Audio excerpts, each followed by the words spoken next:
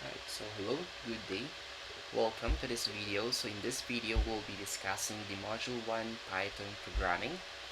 So in this module, we'll be discussing only the first one up to the fifth one because the sixth and the seventh one, or the seventh one, is on the other or another module already.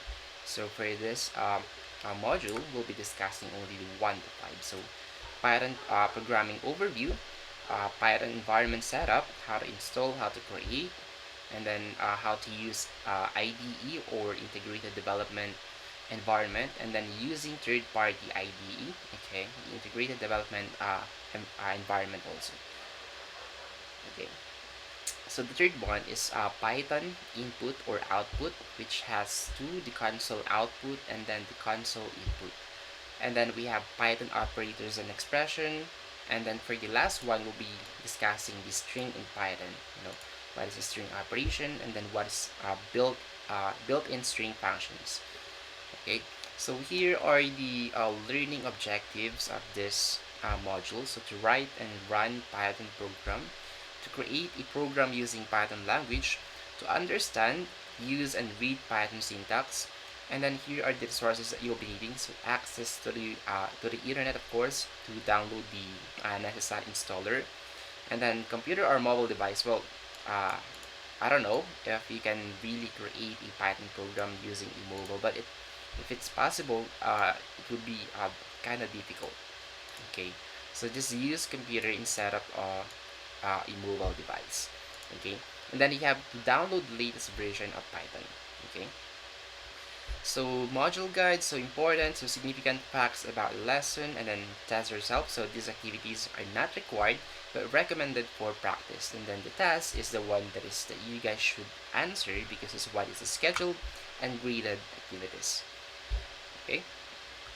So I will not be reading this Python overview anymore. Why do you use Python, and then what are the drawbacks using Python language. Okay, so our focus is the tutorial on how to use Python from the start, up to the end, okay, or up to the stream. Okay, so let's start with Python environment setup. So in here, it will guide you on how to download the latest Python from this link. So in my case, I have already downloaded mine. So just click download Python 3.10.4.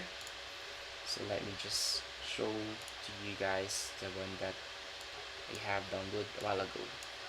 So here, I just downloaded it a while ago, so I don't need to download this one now. So just click this one and then install that one. Okay, so another guide on how to install this uh, Python 3.8 well, it's not 0.3 anymore, but it's 0.10. Okay, 3.10.4. That is the latest Python application. Okay, so once you're done with that one, we can now test that one and create basic application. So the first thing that you need to do is, of course, open the IDE, okay, that Python itself. So just type idle. Okay, so I have the latest 1.3.10, but since the one that we had here is the 3.8.3, I decided to download that one also. So either of those will be fine. You can use the 3.8 or 3.9 or 3.10. Okay, so I think all of them will work perfectly. Okay, so let's just use the 3.8 as like what we have in this module. Well, you can also use the 3.10.4, the one that you have, or yeah, downloaded. So just one right here. Okay, so that will not give you any problem at all. Step 2, so Python shell window will be displayed just like this one right here. Next, to run Python code, add the syntax after this one and press enter. So you can just probably try this one first, the very first one, print hello world. So let's try to do that one. So after the three, call this one slash, no, forward what do you call that one? So this is closing up in parentheses, but I don't know what is the name of this one, but anyway, that three thing. Okay, so we have to put here print, closing up in parentheses, double quotation, and then whatever you want to put inside. So in this case, let's just say hello world. Okay, and then hit enter. Of course, it will display whatever you have put in here. Next thing that we would like to do is, if we want to repeat this one, is just copy and paste. Okay, so hello world, just make this one Tagalog. Kamusta mundo? Sounds weird. Anyway, yeah, this is another example. What happened? Syntax, invalid syntax. Let me try once again.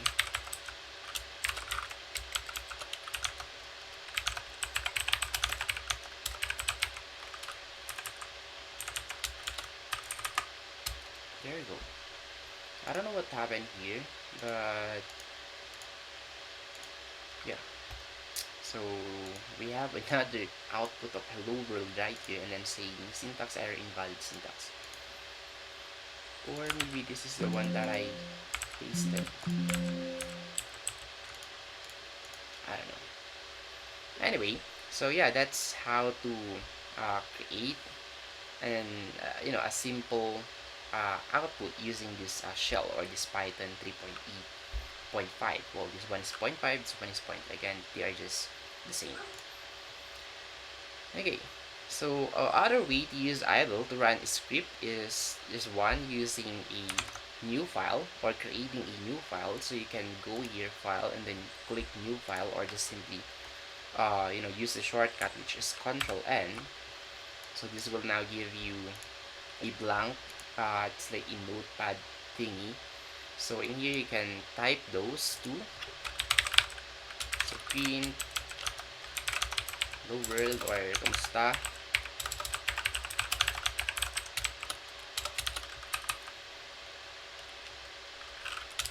And say we want to print another one,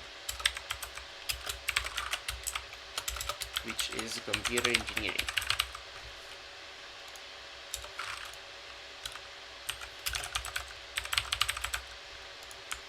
Okay, so it says here that you need to save this one using Control S or Control Shift S. So Control S. So in my case, I will save this one on my programming folder, and Python. Okay, DataStruc for this subject, and then I'll just name this one Kamusta and set up hello world. Okay, and then hit run, and then run module 5. So you will see here the two outputs on the shell. Okay, so yeah, this is where you're going to put your code where you can edit. It's like what I'm trying to do a while ago. Okay, so yeah, this is now a Python program, your first Python program, which composes of 2 lines only. Okay, using an idle application, or Python idle application.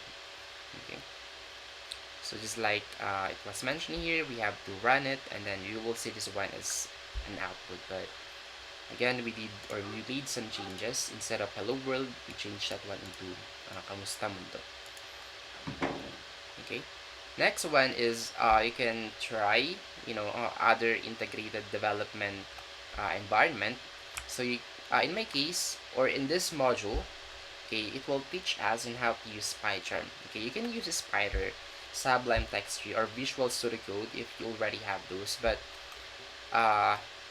just to try another new IDE. Okay, so just try PyCharm. Okay, this one is actually quite good when it comes to Python programming. Okay, so just copy this link right here, and then paste it to your new tab, and then just hit download, and then it will download the PyCharm. Okay, so this is the downloaded version of this link right here, this PyCharm right here. It's 387 megabyte. Okay, so it might take a while, in your case, depending on the speed of your internet connection. Okay. So once you're done, just install that one, and then yeah, just open that PyCharm. So in my case, I'm already done installing it. So all I need to do is just open the PyCharm.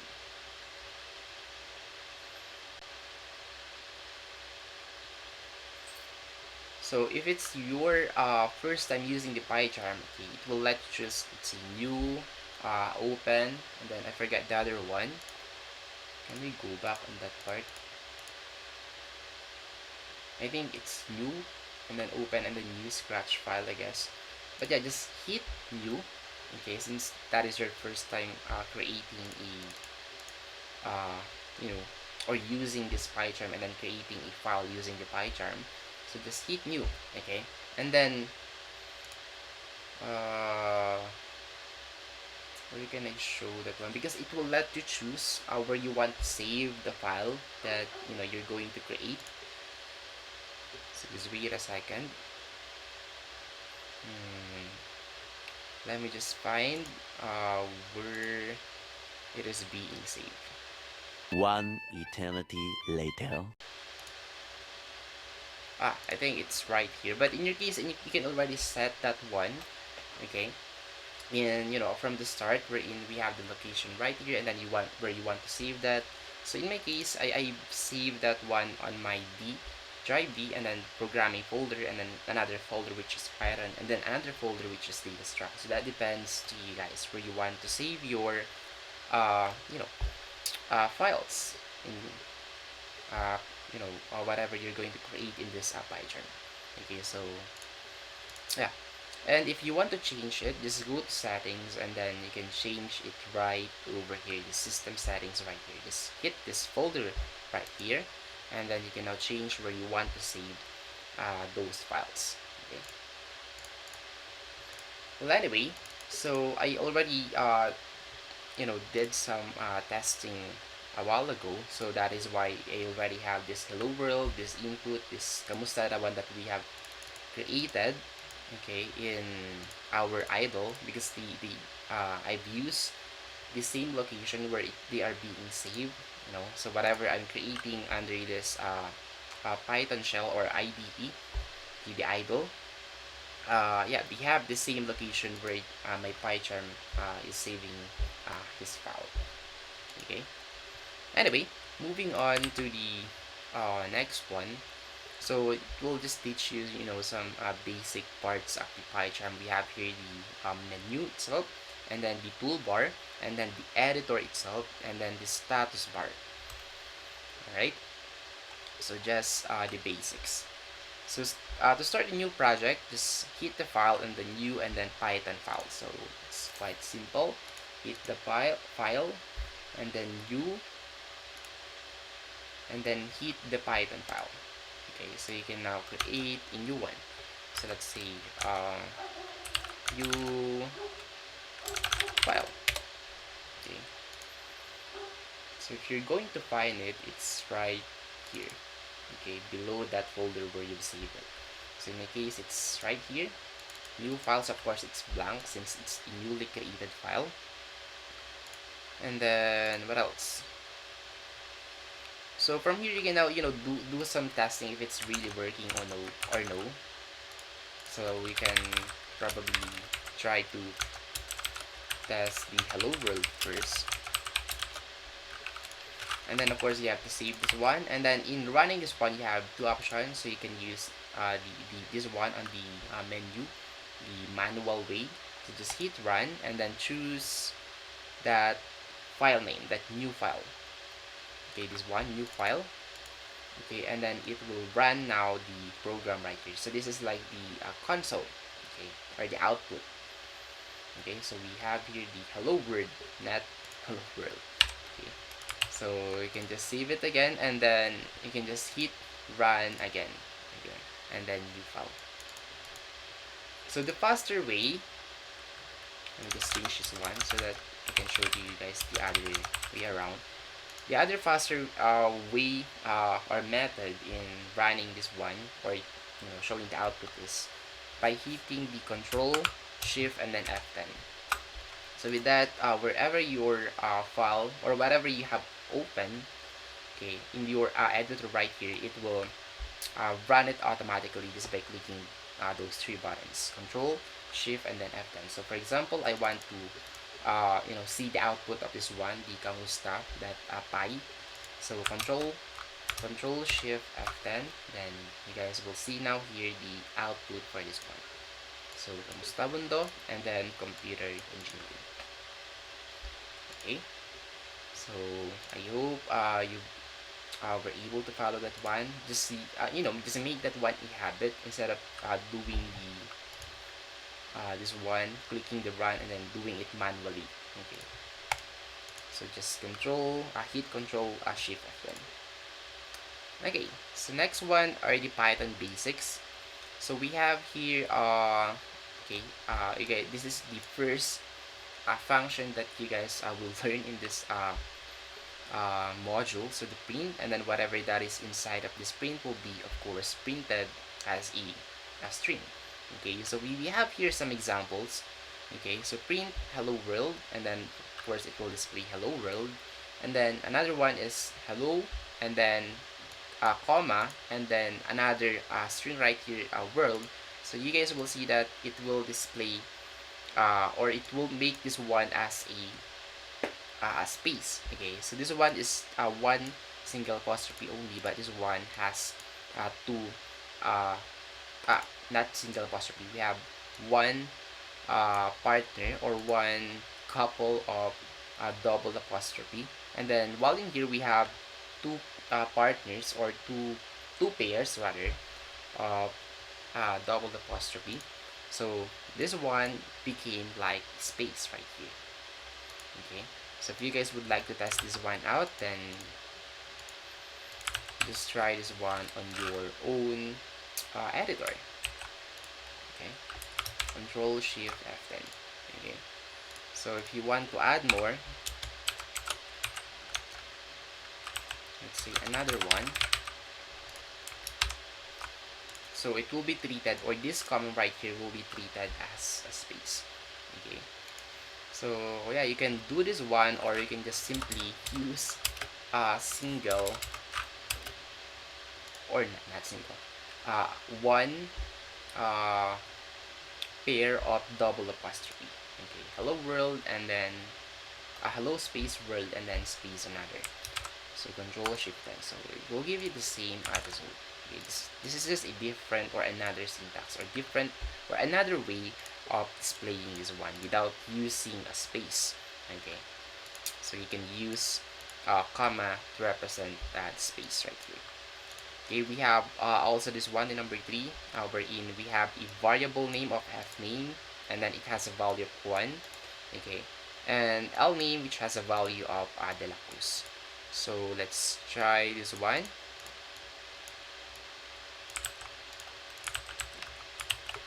Okay, Control Shift F10. So you guys will see right here that this is just a variable wherein it has a value of 1, and then this is another variable wherein it has a value of de la Cruz. So you can print that one using still a text. Actually, you can use single apostrophe, okay, or double apostrophe. So let's try that one out if they will work the same. So there it goes. Either of those two, single apostrophe or double apostrophe, so they are just the same. Okay, so is Python key sensitive? It's actually yes. So let's create another variable which is a capital F, and then similar with this one, everything small letter. So the difference is this capital letter F, and let's change the value of this one. So if I will run this one, of course this will still get the old value. So if I want to get the new one, which is this is actually a different variable. Again, this is case sensitive, so they are, or those two are completely different. Okay, this one has a different value, and the first one has a different value. Okay, So if we want to display the all capital one, then just use this exact format. Okay, capital letter F and then followed by small letter name. Control Shift F10, and then there you go. Alright, so that's it for this number 3. And for the number 4, let's try this one out. Let me just bring this one down. So again, this is just a variable which has a value of 1, and then another variable which has a value of 2. Okay, and then we have here the first output wherein it will display 1 and 2. Okay, and then we have another output wherein we have a string here, or a text. This is a text. And then we'll get the value of num1. But in here, as you guys can see, we now have an operator. It's a plus. So we are now trying to plus the num1, or whatever is the value of num1, and then the value of num2. Okay, so Control Shift F10 will give us 1 and 2. Again, this comma right here, it's like the representing the space. Okay, so we have 1 and 2, and then for the second one we have sum, and then the sum, okay, or the result of this num1 plus num2. Okay, now if you guys will do this one, let's say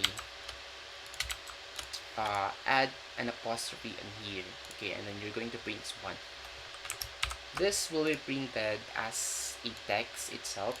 Okay, whatever you are putting inside of this double apostrophe or single apostrophe will be converted as a string. Okay, so it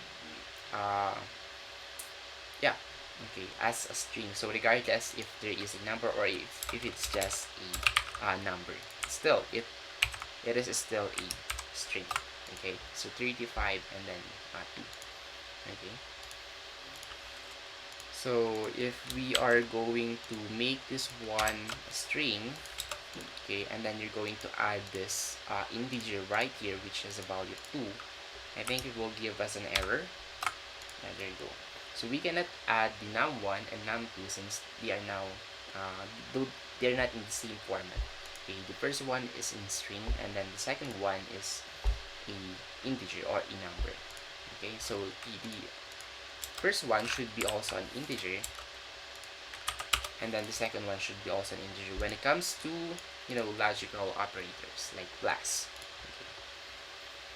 So yeah, or you know, instead of using comma, you can actually just use a space right here. And let's try this one out. Oops, why do are we having an error? Just num1 plus num2 by syntax.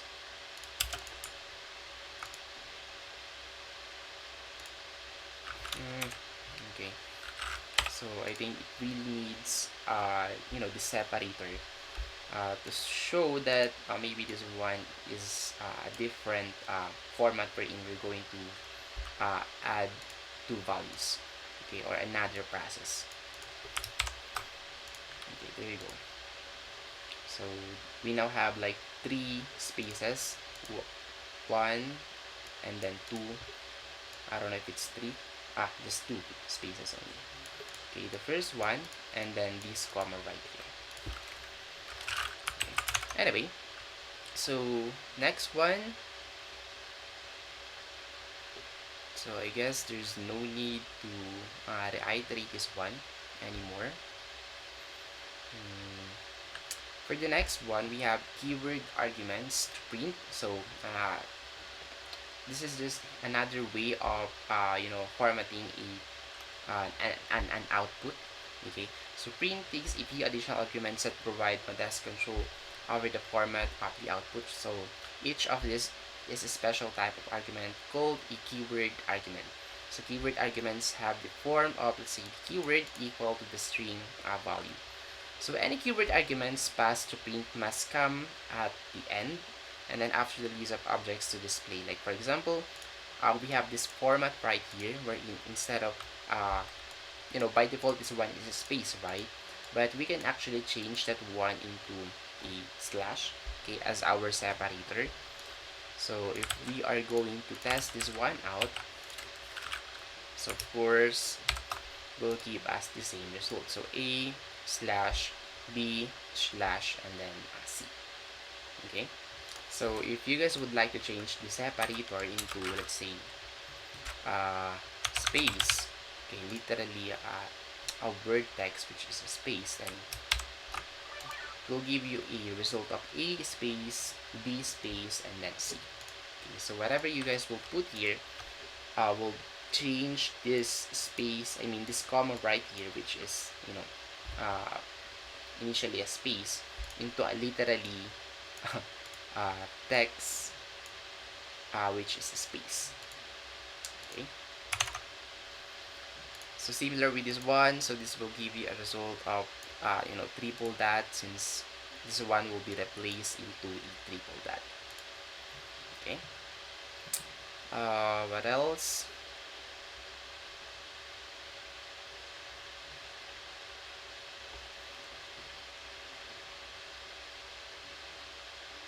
Okay, so we have another one right here, which is the end. So this is a keyword also, wherein it's used as an end a print statement with any character or string instead of a default new line. So we have here the syntax, we're in end, and then whatever you want to put here as your string value. So this one is actually quite similar with this one. It's just that this one does a different format. So you guys will see right here a two-line. So well, of course, if it's a two-line print, of course it will give you a two-line print output also. But we can actually combine this one into one by using the keyword end. Okay, so the first one is computer, and then the second one is engineering. So as you guys can see, instead of having a two output of lines of computer engineering, it gives us a one line result. Okay, so similar. So this space right here is actually this space right here. Okay, if you're going to change that one into slash, yeah, no, not slash, uh, comma, my apologies, not comma. If you're going to change this one into dash, then uh, it is now having a dash instead of a space. Okay, so computer dash engineering. Okay, so if we are going to try this one out, just to show to you guys the output, so computer and then engineering. And if you guys would like to change the separator, you can do that one. Let's say plus sign, computer plus engineering, control shift F10, then we will now have this one line but having a separator of plus sign. Alright, so next one is formatted string output. So string modulo operator, a modulo operation with string operands work as a string formatting. So for the left side we have the format string, and then on the right side we have the values or the write operand. Okay, so on the left side of the modulo operator, format string is a string containing one or more conversion specifiers. Okay, so conversion specifiers are used to indicate conversion type or the data type where the given string will be converted. So the following are lists of commonly used conversion type. Okay, so we have here wherein you're trying to verify, okay, or you're trying to strictly allow only integer on that input or output. Okay, so just type modulo and then D. Okay, for unsigned decimal we have U. For floating point values we have F. For still floating values, but this one is exponential, so just put E. And then we have the most common, which is string, and then the last one is character. Okay, so for you guys to appreciate this one, let's try these examples right here. So the code below shows how string modulo operation is used for string conversion specifier. So we have this format right here, the hello, comma, and then modulo, and then string, and then this is just an additional one. You can actually remove this one, and then the value right here, okay, is Sarah. Okay, so before putting the value, okay, you guys need to put a modulo right here. okay, or string modulo operator. So let's try this one out. So hello, comma, and then followed by the string itself, which is this one. Okay, so this is an indicator which is the value will go right here on this string right here. Now, if we're going to change this one into B, okay, we will actually have, or we will get an error. That is because this one is not a decimal. Okay, D is for decimal integer. Okay, so this uh, format right here should match the value of your, whatever is a value that you have put it right here. Okay, so this is a string, so you should use S as your result. Okay, so going back, we have here hello Sarah again. This one right here, this exclamation, it's just an additional one. You can actually remove that one. Similar with this comma. Okay, so all in all, we only have this one. Okay, whatever is the value after this modulo will go on this uh, format right here. Okay, string is for S is for string, D is for decimal. So maybe we can try another one, and then let's say 5 for decimal. Hello Sarah, okay. So this is still not a decimal number. So in order for you to make this one decimal, you have to remove that double apostrophe. Okay, so everything that is inside of a double apostrophe or single apostrophe is a string. Okay, considered as a string. Okay, hello 5. Okay, since this one now is a decimal. Now, while we are at here, let's try out the other, conversion specifier. We have u,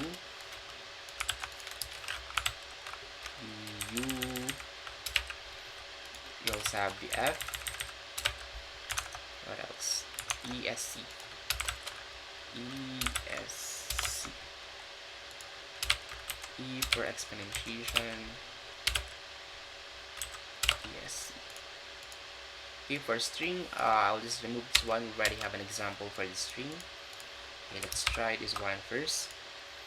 So string, decimal, and then u is for unsigned decimal integer. If it's unsigned, let me just try this one out. What if it's unsigned decimal integers?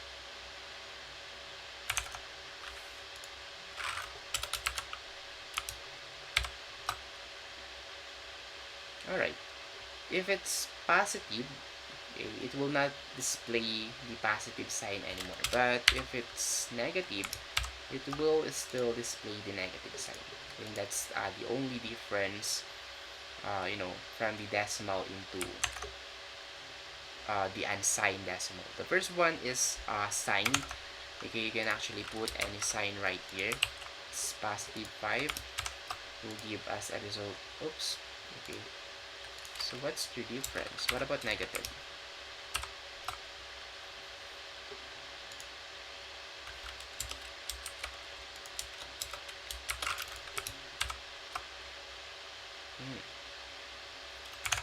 So for now, I don't know the difference between unsigned and then signed.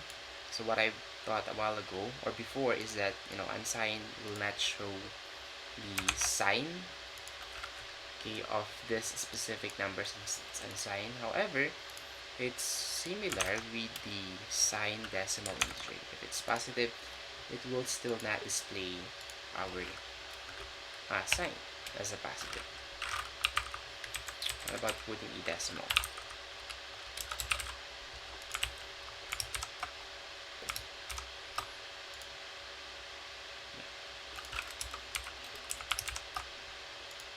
Yeah, so for now, I think they are super the same. So we'll try to find out what is this unsigned for. Okay, since it works similar with the sign number. for the f, we have here floating values. Okay, we're in for the floating values, by default it's getting a result of 6 decimals. Okay, so if you guys will put here, let's say 1 2 3 4 5 6 7 8 9, it will only get up to 6 decimals for the floating numbers. Okay, so 1 2 3, so 1 2 3 4 5 6, 1 2 3 4 5. Okay, so in here it rounded up, okay, the final number into 7. So not just only getting the first 6 decimals, but also rounded up the last 6 decimal. Okay, so if this is probably 4, then you will only get 1 2 3 4 5 6. Okay, now if you would like to get, let's say, up to 9 decimal, just put here dot and then 9 and then followed by the f, so it's dot 9f. So with that, you can now get everything, okay, from this floating result. Now if you only want to get, of course, 2, then you can also do that one. Okay, and if it's 5, this will become 5.13. Okay, so don't forget that this always rounded up the last one or the last decimal that it will get if it's roundable.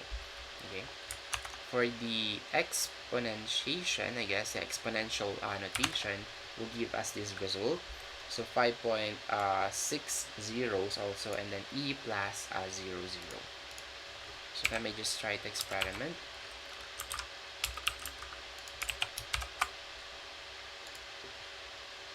Okay, what about if it's 6? Okay, what about if it's 9? Another 3 values. 5 2 5 4 5 6 e.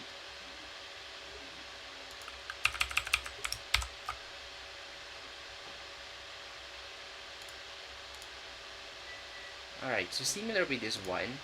So for now, the only thing that we know is this one is only getting the, up to 6 decimals, and then once it reaches that one, by default it's e plus 0 0. Okay. 1 2 3 4 5 6. Yeah, similar.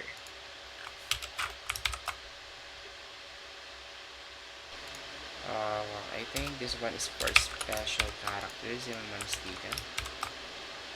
Yeah. And then if it was only able to get the, up to 5 decimals, the last one will become 0. I think. And then for the last one, for the character, this one is an ASCII code character. What about 65? We should get A. Yeah.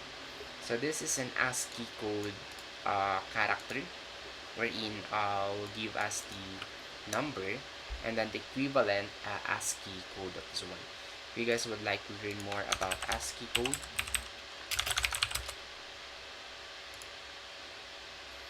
just go over the internet and then search ASCII code or ASCII table. So the one that we are putting there is I think it's a decimal. Let's see. Yeah, it's decimal. So 65 is equal to 8. Okay, so if we will put 64, it will give us an at sign right here, an at sign right here. So 65 is A, 66 is B, so capital letter B. So we have different number for small letters. So for small letters, it will start at exactly 97 and then onwards. So 97 for a small letter. Right? So yeah, that's pretty much it for the formatted string. Okay. So in here we have the example of hello Sarah. which we already did a while ago. And then we have another example right here wherein print IM, and then we are getting the decimal value. So of course it will give us a result since this is a decimal, and this is the output for this one. So IM 20. Okay. What else? So the code below shows multiple conversion specifier. So in here we have two values now, or let's say two index values. Okay, the first one is a string, which is Sarah, and then the second one is a decimal or an integer. So we have here the first one, it's already fetching, or it's already getting the value of your string, which is Sarah, and then the second one is the decimal, which is now getting the value of your decimal. Okay, so of course this will give you Sarah is 20 years 20 years old right here. Okay, now if you guys will do the other way around, wherein okay, I think it would be better if we'll get this one as an example.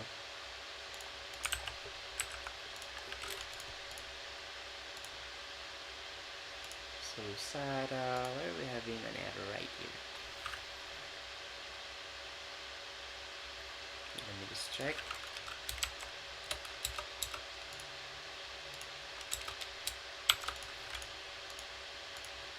There we go.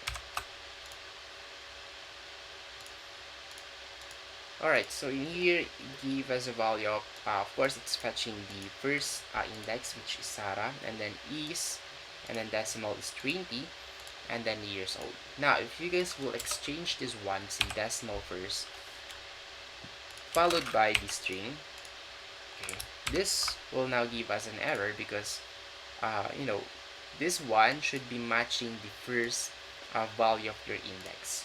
Okay, so whatever is the first one should have the same matching format, where in this case it's getting a value of decimal, but the one that it's fetching is a string, so that is why we are having this error right now. Okay, so if you want to do that one, then this one should be decimal, and then the other one should be string. So just put this one back to its original format. Okay, which is now the correct one. So Sarah is 20 years old. So that is why we are having this error right here, the syntax error. So another example, so the code below shows how string modulo operation is used for floating conversion specifier. Again, for float, it will always get the first 6 decimals. So I will not explain this one anymore. So yeah, it will just add 4 zeros, just like this. Okay. And then if you want to get where is that one? Here. If you want to get a specific number of decimal places, you can do the one that we did a while ago, the dot, and then how many decimals you want to get. Okay, so if it's 4, just put here 4 and then followed by the float. Okay, so you are now getting the first 4 decimals. So the next one is a string format. So this is a newer way to format string display. So it offers more flexibility and a better level of readability, and it is quicker. So we have this one as the format. So string that format, and then followed by the value. Okay. So format is a method format the specified values and insert them inside the string placeholder. And the string indicates the string to be displayed with placeholder. And then the values, on the other hand, holds the data or values for the placeholder. So the placeholder is defined using curly brackets, this one. And the placeholders can be identified using name indexes, let's say price, numbered indexes, or even empty placeholders. So we will discuss them one by one. So let's start with a blank or an empty placeholder. So the code below shows string format using empty placeholder. So here we're just printing my name is, and then in an empty placeholder, and then I am another empty placeholder, and then followed by this one dot format, and then the first index is John, and then the second one is 20. So by default, of course, whatever is the the first value on our index, that will be the one that will go on our first empty placeholder, followed by the second one, of course. Second placeholder will also get the second value on our index. Okay. So using empty placeholder will display the values on the string in order, so starting from left to right. Okay. So this is the output for this one. My name is John, comma, and then I am 36. Okay. So we have another way of doing this one. So instead of doing that one, in order, we can actually just put a variable name for that one. So it's not empty anymore. Just put the variable name that you want to call. So f name is equal to Jan. So we'll give you the result of Jan right here. And then I am, or yeah, I am, and then your age. So what is that variable age? What is the value of that one? It's equal to 20. So the result will be something like this. So my name is John, and then I am 20. Okay. So the advantage of this one, so let's test this one first. If there is no errors, there is an error. What is that error? Okay, I think lacks one more parenthesis. There you go. So with this, you can just put here the f name and then the age. So if you will put here age, and then let's say age, okay, so will give us a result of my name is 20 and then I am 20. So the good thing with this one is we don't need to follow the sequence anymore of these values. So whatever is the variable name that we are calling, and then whatever is the value of that one right here, then that is the one that will be put here as an as the output, okay, of that variable. So let's see, name right here, f name. Okay, of course my name is 20 and then I am Jen. Okay, so that's how this placeholder work with a name. Okay, and then the other one is, I think, the best way of doing this one is by using a, where is that one? So we're done. This is just another example using a placeholder or an index with a name. Okay, so we have another one which is using the number of that placeholder. So this one now is in sequence, still in sequence, but instead of putting a a name, variable name, which is equal to Jan, we can just use the index number of this this value right here. So as always, we always start with 0, not 1. Okay, so this is index 0, and then this is index 1. Okay, so starting from 0, separated by comma, and then it's incrementing. So this is 1. So as an example, we have here my name is, and then 0, okay, which means you are getting the first index value, which is John, and then I am 1 is the index 1, which is 20. So with this, I don't need to put a variable name, put the variable name right here, as long as you know the the count, or what sequence that value. Okay, so if I think the only problem here is that if you have, let's say, 100 values for the index, then that's quite difficult to count from starting from 0 up to, let's say, 55 or 70. Okay, so I think in that case, using a name is much better. Okay, well, anyway, just to show you guys the result of this one, Control Shift F10. So I think it lacks another parenthesis. So my name is John, and then I am John. Again, if I'll just put here 2 zeros, then my name is John, and then I am John will be the output. Okay, of course you can add more. So say 35, and then Michael John,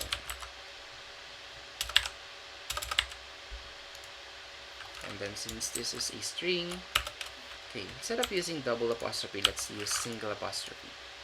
So 0, 1, 2, and then 3. So this is the third index.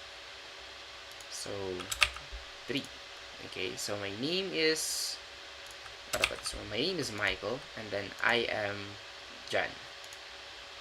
Let me just try this one out. John Michael. 3. 0, 1, 2, 3. Let's see if this will work. My name is Michael, which is 3. 0, 1, 2, 3. I am, my bad. It should be 0 since this one is a 0. I am John Michael. So there you go. So this one will also work. Just putting another closing up and parentheses right here. Anyway, that's it for the using an index number. The next one is a console input. So input is of course a built-in function used to read inputs from the keyboard. Like for example, this one, the variable name, and then the input, and then what, of course, it will prompt whatever is the message or string that you put in here. So for example, right here, value, okay, that is a variable name, and then it's asking an input, and then this will ask that person, okay, or this will be asked to that someone. So enter your value. Okay, that is the prompt that is being mentioned here. So let's try this one out. Control Shift 10. So as you guys can see right here, it's now asking a value. So enter your value. So whatever you put here will be displayed below. Okay, so print val. Oops. Okay, there you go. So, and then the program already will not also end. Okay. And what else? In here, by default, okay, by default it will always be converted into a string. So if you guys would like to have a value of a number or integer or decimal, then you guys should include this int right here. Okay, so int input. So another close and up and parentheses. So there is one thing that we have missed, so we can actually check. Let's try an example. We can actually check the the type of that result by having this one print type of number, and then type number.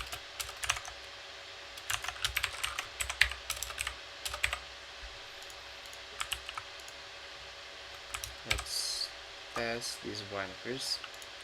45 val.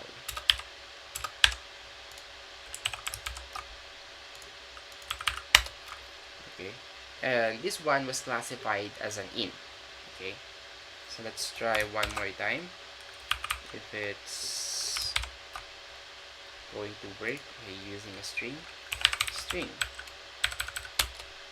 Okay, so it will give us now an error because we are only expecting to have to have an input of integer. So we have to remove this one if you only want to have a result of string.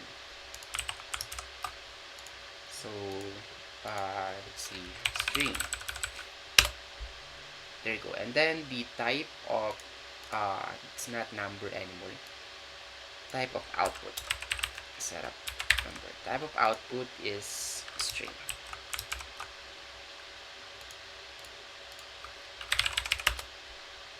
There you go. So you can actually identify what is the inputted let's say character or text by that user.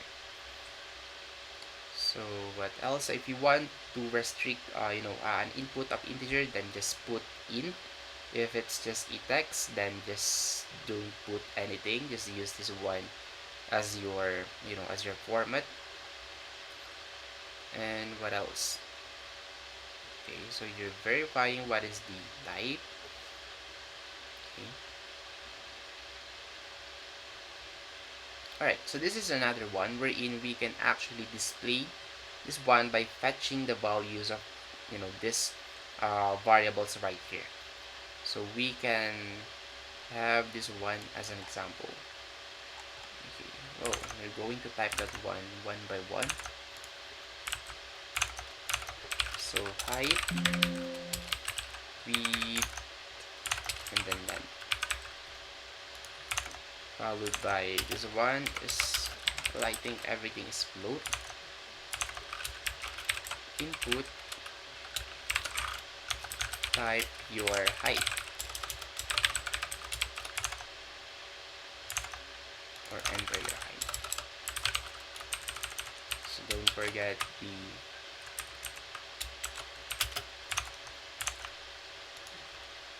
double apostrophe. So instead of height, we have width and then length. And then we have to print, say, the area. The area of the box is, so the first index times second index times the third index, followed by of course, the first index is height, width, and then length. Okay, and then this one must be outside.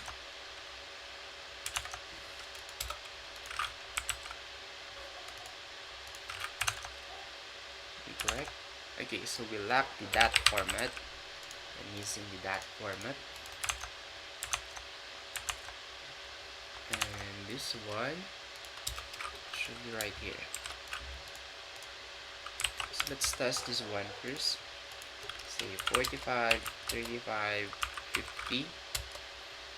So the area of the box is 45, 35, and 50. Okay. Using a float. What else?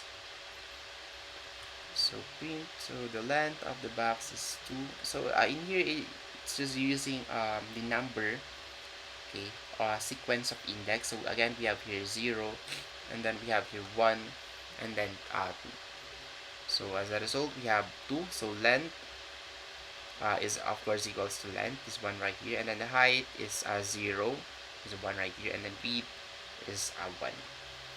Okay, so as a result, this will give you this one. So I will not show this one to you guys anymore. For the fourth one, so we have here Python operators and expression. So expression are statements in the program that performs specific action based on the operator used.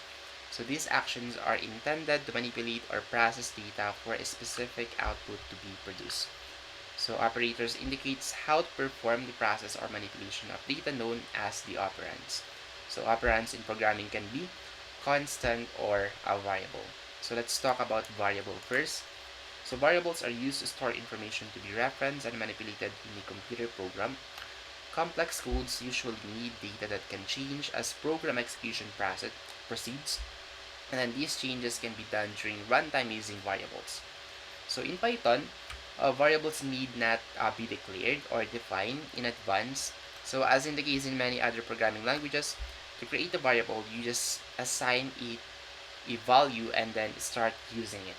Okay, like for example, this one, assignment is done with a single equal sign. So n is equal to 300. With that, you have now declared a variable. Okay, so you don't need the variable that, if that variable is a string, if that variable is a decimal, float, etc., etc. So in here, as simple as this one, so whatever is the value of this one now is a variable wherein contains a value of uh, decimal, which is 300. Okay, so this is read or interpreted as n is assigned the value 300. So once this is done, n can be used in statement or expression, and its value will be substituted. So n is equal to 300, wherein if you're going to print this one, then we'll display the value of that n, which is 300. What else? So you can also do this one. We call this one chain assignment. Okay. So we have A is equal to B is equal to C. So they are now in chain. Okay. And then assigning a value of 300 on those three variables. So print A, B, and then C. Again, this comma right here will become space. So A, B, and then C. So in many programming languages, variables are statically typed. That means a variable is initially declared to have a specific data type, and any value assigned to it during its lifetime must always have that type. So variables in Python are not subject to this restriction. In Python, a variable may be assigned a value of one type and then later reassign a value of a different type. Like for example, this one, initially the value of your var is 23.5. This is the first output.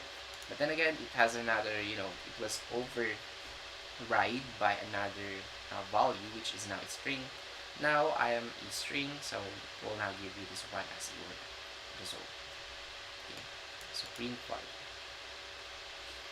Anyway, I think in all programmings, so it's always from top to bottom. So of course, initially it has this value, then as time goes by, maybe it has another, or it will be override by another values, then that is possible. So from 23.5, it became a string, which is this one. So in naming a variable, so in Python, it can be any length and can consist of uppercase and lowercase letters. So we can have capital letters from A to Z, and then small letters A to Z, and then numbers, digits, 0 to 9, and then underscore a character. Okay, so this is the only special character that you can use. Other than that, say question mark, exclamation, asterisk, sign, number sign, they are not allowed anymore, to be used as a variable. Okay, though however that you can use a number, but should always start with a letter. Okay, so an additional restriction is that although a variable name can contain digits, this one, the first character of a variable name cannot be a digit. So it should be always a letter. It could be capital or lowercase. Excuse me. So what else? So here are some keywords also that you cannot use as your variable name. Okay, so you cannot use false, you cannot use none, and so on and so forth. So those are reserved words or keywords, to because they work as a function. Okay, so you cannot use them as a variable. So again, Python is case sensitive, so lowercase and uppercase letters are not the same. So just be careful with that. One is like what or just what we did a while ago, the F name, the completely small letter F name, and then the one that is capital F and then followed by small letter name. So those two are completely different. And for the operators, I think this one is very straightforward. So we have here operator plus unary, which is just one, of course, saying that this is the positive A, okay, wherein it will not display the positive anymore, since I don't know why it doesn't want to display the positive in Python. But yeah, I think that's the one thing in here, wherein if it's positive, you're going to use decimal, okay, or the unsigned decimal, okay, or the signed decimal or unsigned decimal will give you the same result. Okay, the only time that will display the sign is if it's a negative. Okay, so in here we have binary because we have two uh, operands. So it's a plus b using this one addition. So it's the sum of a and b. So again, we have another unary which is negative. So negative a, whatever is the value of this one will be negated. Okay, or it will be put into a negative. And then for the we have another negative here, but this one is subtraction. Okay, so this one is binary because we have two operands which is being deducted with each other, or the b is being deducted to a, so it's a minus b. And then we have multiplication, we have division, we have modulo, floor division, exponentiation. So I think plus, minus, subtraction, multiplication, division, they are just like what we have learned in from grade 1, 1 plus 1, still the same with this one. However, we have maybe this might be new to you guys, the modulo, and also the floor division, and also the, what else? I think there is one more. Okay, I think just those two for now. So let's have an example with this modulo and then floor division. So let's say a is equal to 5, b is equal to let's say 4 for now, and then 3, and then a modulo b. So let's see what is the result. So in here it will give us a value of 1. So this one is actually similar with division, but it's removing the decimal point. So 5 divided by 4 is 1 point something. Okay, so if we will do this one, let's say 9. So supposedly it's 2 point something, right? But it will only get the, oops, why is it still 1? A divided by b for a, my apologies, it's the other way around. Okay, so the one that I'm talking a while ago is actually the double division. This one is floor division. Okay, wherein it will give us a value of 2. Okay, so the first one, modulo, is getting the remainder.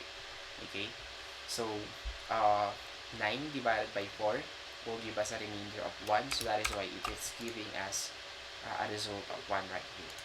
If it's 10, then 10 divided by 4 will give us a remainder of 2. So that is the time that will give us a result of 2. So my apologies for that one. And for the double division, if it's, let's say, 11, so still will give us a value of 2. Okay, since it can only divide up to 2. There you go. Okay, if it's, let's try one more example for the floor division. If I will make this one 3, 3, 6, 9, so yeah, we can divide that one at 3 times. So all in all, it will only get the whole number for the floor division, and then for the modulo, it is getting the remainder. Okay, so here will give us a value of 2, because 11 divided by 3 will give us a remainder of 2. Okay, I hope this one is now clear to you guys for the modulo and then floor division. So exponentiation is very straightforward. Let's just try asterisk is, we'll use a calculator. It is already solved. So 3,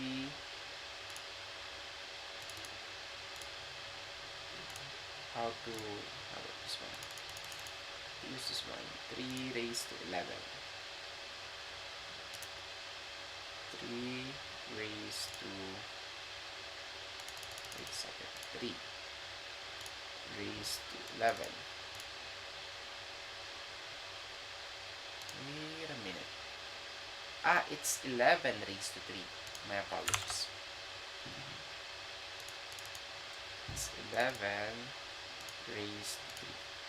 Since it's uh, you know, a, and then an exponent of b, or 11 raised to 3. So that is why it is giving us a result of 133.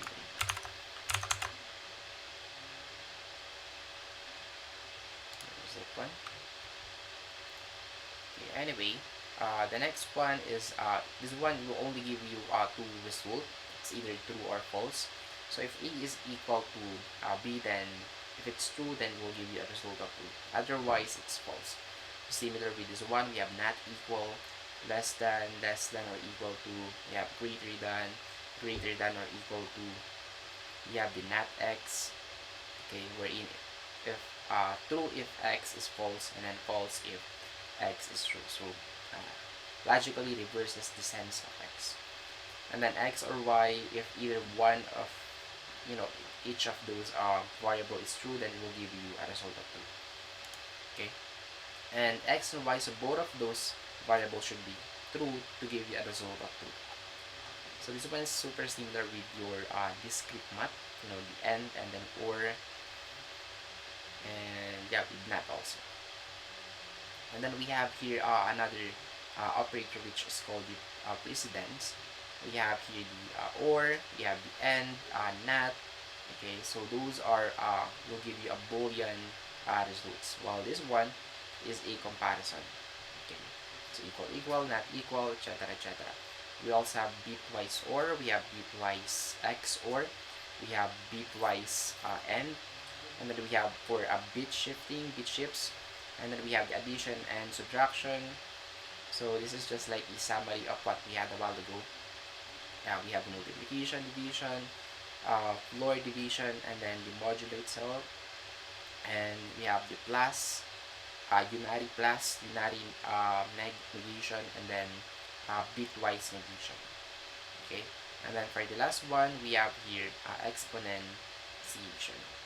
Okay, so important operator precedence can be overridden using parentheses.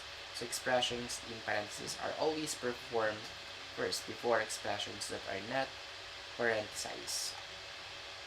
So for the last one, these are just functionalities or math functionalities that you can use. So just by importing math, so if you guys will try to let's see, create the value of that one, right? Okay, let's see sine of 1, and then let's print that one, sine variable a.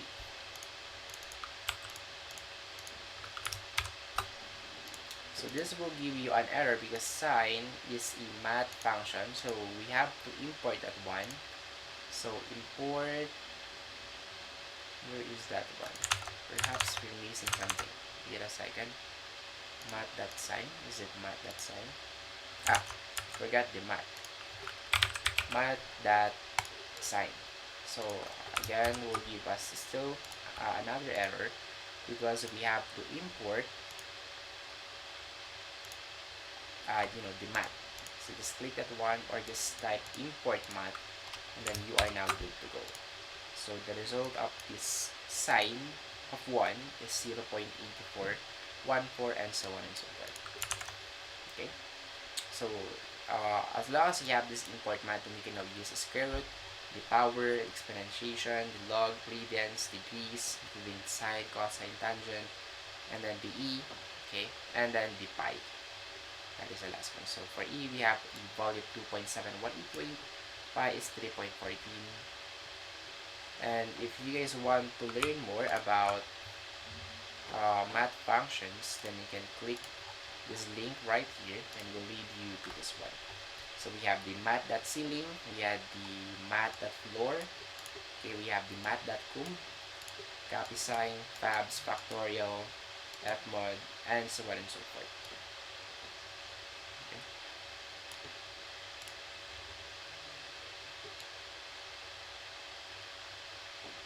Anyway, so yeah, if ever that you guys have a question, so just let me know. I hope you guys have learned something in this video. Anyway, so that's it for this video. Goodbye. And yeah, see you guys on the next video.